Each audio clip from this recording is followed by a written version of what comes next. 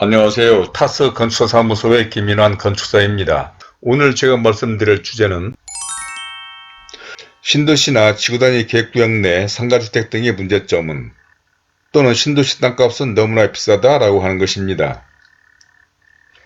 우리나라에는 수도권을 비롯해서 전국 대도시 주변에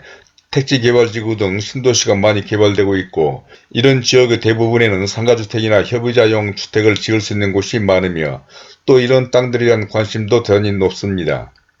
그런데 그동안 이런 여러 지역과 기존 도시 내에서도 지구단위 계획구역으로 지정된 곳에 상가주택이나 꼬마빌딩 등의 설계와 건축을 하다보면 여러 문제점들이 있는데, 그 가운데 이런 지역에 마련된 불합리하고 애매한 지구단위 지침 때문으로 이런 지침들 가운데는 합리적이지 못하거나 또 현실성도 없는 내용도 많은 것 같아 오늘은 이런 문제 등과 관련해서 다음과 같은 내용으로 말씀을 드리고자 합니다. 아무쪼록 이런 데에 대해서 관심이 있으신 분이나 특히 상가주택, 꼬마빌딩 등 건물을 지으시려거나 투자하시려는 분, 또 재테크와 부동산에 관심을 가신 분 등에게 참고가 되리라 생각하며, 먼저 본 영상을 보시기 전에 구독과 좋아요 그리고 선풀을 남겨주신다면 저에게도 큰 힘이 되어 이러한 영상을 만드는 데 도움이 될 것 같습니다. 그럼 먼저 오늘 말씀을 시작하기 전에 혹시 지금 보유하고 계시거나 매입하고자 하시는 땅에 대한 기본계획, 즉 가설계를 해보시기를 원하시는 분이나 설계를 하시고 시공자를 선정하기 위하여 공사 견적을 받아보시기를 원하시는 분은 본 영상 아래에 있는 더보기에 적어둔 제 카페의 글을 보시고 설계상담 노트를 작성해서 이메일로 보내주시거나 설계된 도면을 이메일로 보내주시면 기본계획, 즉 가설계나 공사 견적을 해드리겠다는 말씀을 드리면서, 그럼 순서에 따라서 첫 번째로 지구단위 계획구역과 지구단위 지침이란 무엇인가에 관한 것인데, 상가주택 등을 건축하기 위해서는 건축법, 주차장법 등 건축 관련법과 조례를 준수해야 하는데, LH공사, SH공사 등을 비롯한 각 지자체에서 개발하고 있는 신도시 등 택지개발지구나 기존 도시 가운데서도 지구단위 계획구역으로 지정된 지역에서는 건축 관련법 외에도 해당 지역에 마련된 지구단위 지침도 따라야 합니다. 이러한 지구단위 지침은 해당 지역의 특성과 개발 방침에 따라 도시나 마을의 토지 이용을 합리화하고 그 기능을 증진시키며 미관을 개선하고 양호한 환경을 확보하기 위해서 수립하는 도시관리 계획을 말하는 것입니다. 그러니까 이런 지구단위 계획구역은 대지 하나하나마다의 특성보다는 지역의 특성과 토지 이용을 합리화하기 위한 것인데, 이러한 지구단위 계획구역으로 설정된 대지는 건축 관련법 외에도 추가로 이 지구단위 지침까지 준수해서 건축을 해야 하는 것입니다. 다음은 두 번째로 이 지구단위 지침에서 정하는 규정들에 관한 것인데, 지구단위 지침에는 총론, 용지별 시행지침, 경관 및 공공부문 시행지침, 생태환경, 도시조성계획 시행지침 등 세부적으로 규정을 하고 있는데, 이런 지역에 상가주택 등을 건축하고자 하는 경우에 이 모든 조항들을 자세히 검토해 보아야 합니다. 즉, 이 지침 중에는 해당 지역에서 건축할 수 있는 건축물의 용도 및 규모를 제한하거나 따로 규정까지 하고 있습니다. 예를 들자면 어느 택지개발지구의 지침을 보면 허용하거나 불허하는 건축물의 용도를 따로 정하고 있고, 건폐율과 용적률, 그리고 건축할 수 있는 최고 층수와 심지어는 허용하는 가구수까지 별도로 정하고 있다는 것입니다. 뿐만 아니라 상가주택을 건축하는 경우 주택과 주택 외의 용도의 비율을 따로 정하고 있기도 하고, 건축물의 배치나 건축선을 따로 정하고 있기도 합니다.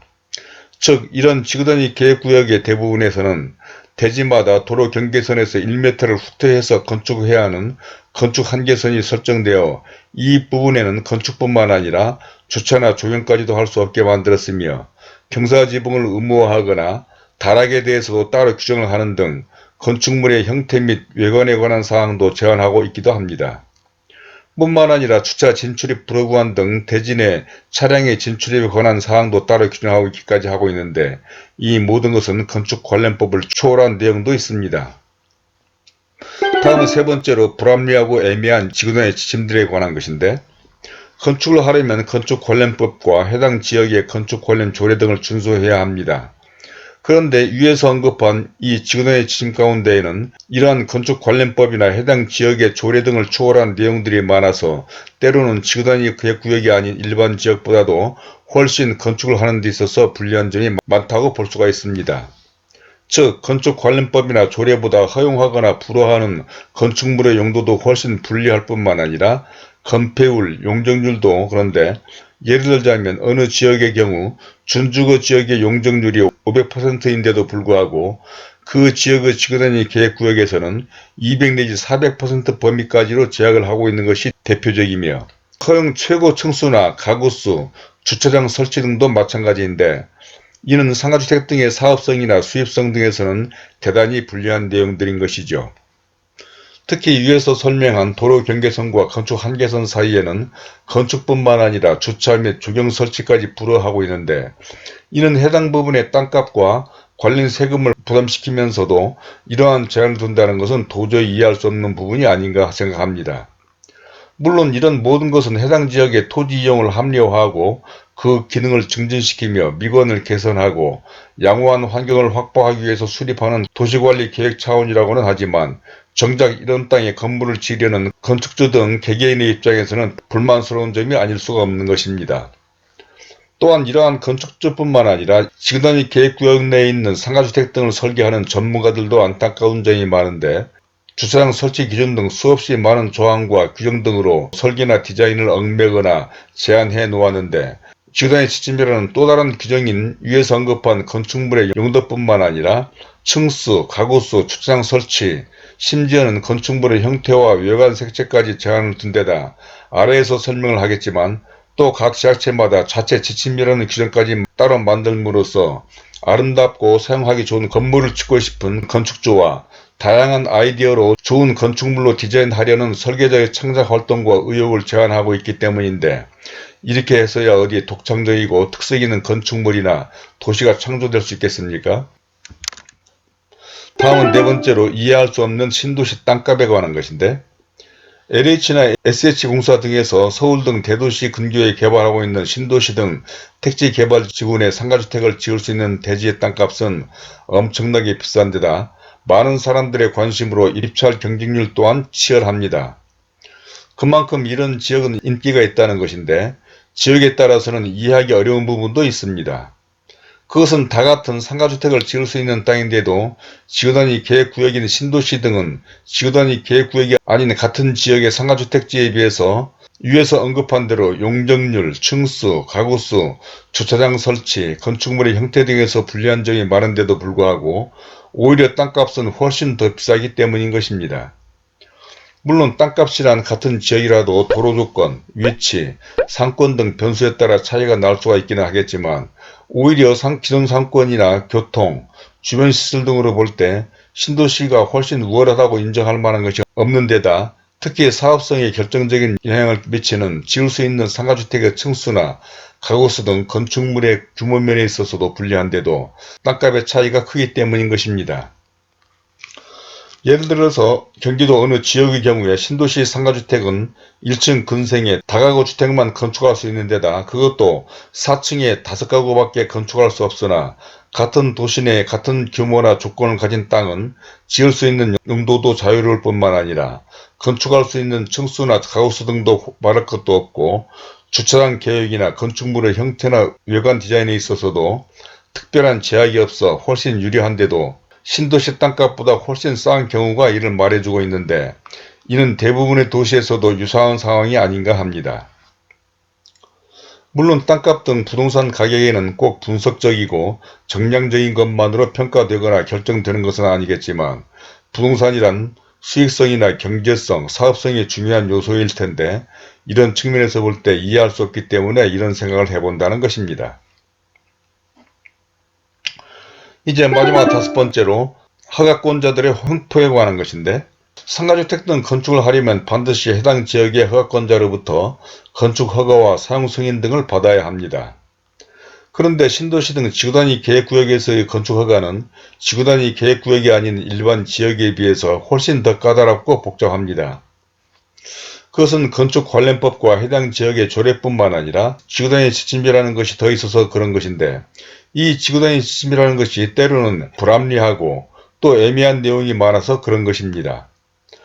그러니까 원래부터 시스템상 허가권자들은 감사나 민원 발생 등 탓인지 모든 사안에 대해서 긍정적이거나 민원인 입장에서 바라보기보다는 부정적이고 보수일 뿐만 아니라 무사안이란 방향으로 모든 법과 규정 등을 해석하고 집행하려는 경향이 강한데,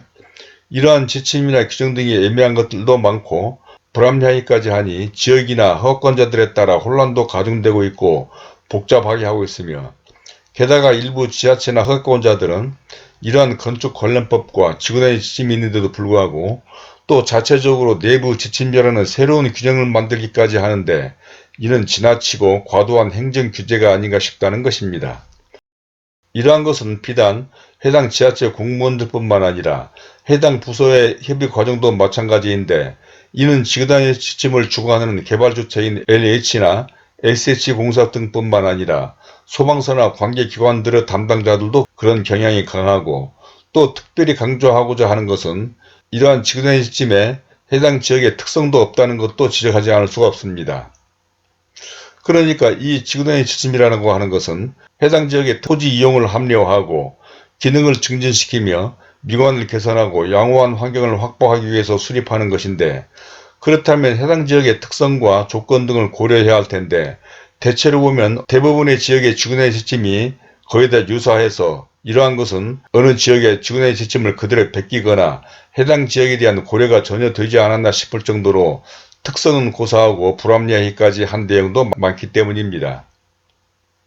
이로 말미암아 대부분의 지구단위 계획구역은 개발 초기부터 토지 소유자들과 끊임없는 마찰을 빚다가 민원이 심한 지역은 슬그머니 이러한 지침을 바꿔줘서 심한 지역은 무려 10차에 걸쳐 지구단위 지침을 변경한 사례와, 이로 말미암아 해당 지역의 건축주뿐만 아니라 설계자에게 혼란을 주고 있는 것이 이를 증명해주고 있는 것입니다.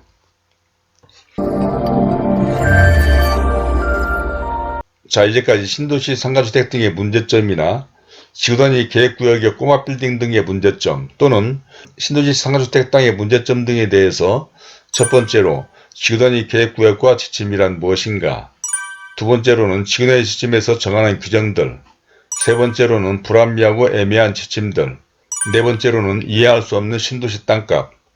또 마지막 다섯 번째로 허가권자들의 형포에 관해서 말씀을 드려봤습니다. 살다 보면 갖가지 법과 규정을 지키지 않으면 안 됩니다. 차를 운전하기 위해서는 교통관련법과 규정을 따라야 하고, 또 내 집이나 상가주택을 지으려면 건축관련법과 각종 규정과 지침까지 준수하지 않으면 안 되는 것이죠. 물론 이러한 법과 규정들은 공공의 이익과 안전을 위해서 불가피하게 만들어진 것이긴 하겠지만, 때로는 불합리하고 애매한 규정과 집행으로 말미암아 문제를 야기하는 경우도 있는데, 그러한 사례가 그동안 당사가 판교에서부터 광교, 평택고덕, 위례, 김포 및 과천 지식정보타운 등 수많은 지구단위 계획구역의 건물들을 설계하고 건축하면서 느낀 이와 같은 점 등이라고 생각하는데, 혹시 이런 점 등에 대해서 의견이나 경험담 또는 궁금한 점 등이 있으시면 선플로 남겨주시기 바랍니다. 그리고 이런 문제 등과 기타 다른 건축 등에 관해서도 좀 더 구체적인 상담이 필요하신 분들은 본 영상 아래 더보기에 적어둔 제 이메일과 전화로 연락을 주시기 바랍니다. 그러면 그런 데 대해서 성실하게 답변을 해드리도록 하겠고, 또한 위에서 말씀드린 것처럼 현재 소유하고 계신 필지에 대해서 본 영상 아래 더보기에 연결된 제 카페의 글을 보시고 설계상담 노트를 작성해 주시거나 설계된 도면을 보내주시는 분들에게는 기본계획 즉 가설계나 공사 견적을 해드리도록 하겠고, 구독과 좋아요를 눌러주신다면 본 채널에 관련된 다른 많은 참고 영상들을 보실 수도 있으며, 화면 왼쪽에 제가 추천하는 이 영상들도 꼭 참고해 보시길 바라면서 오늘은 이것으로 드리도록 하겠습니다. 감사합니다.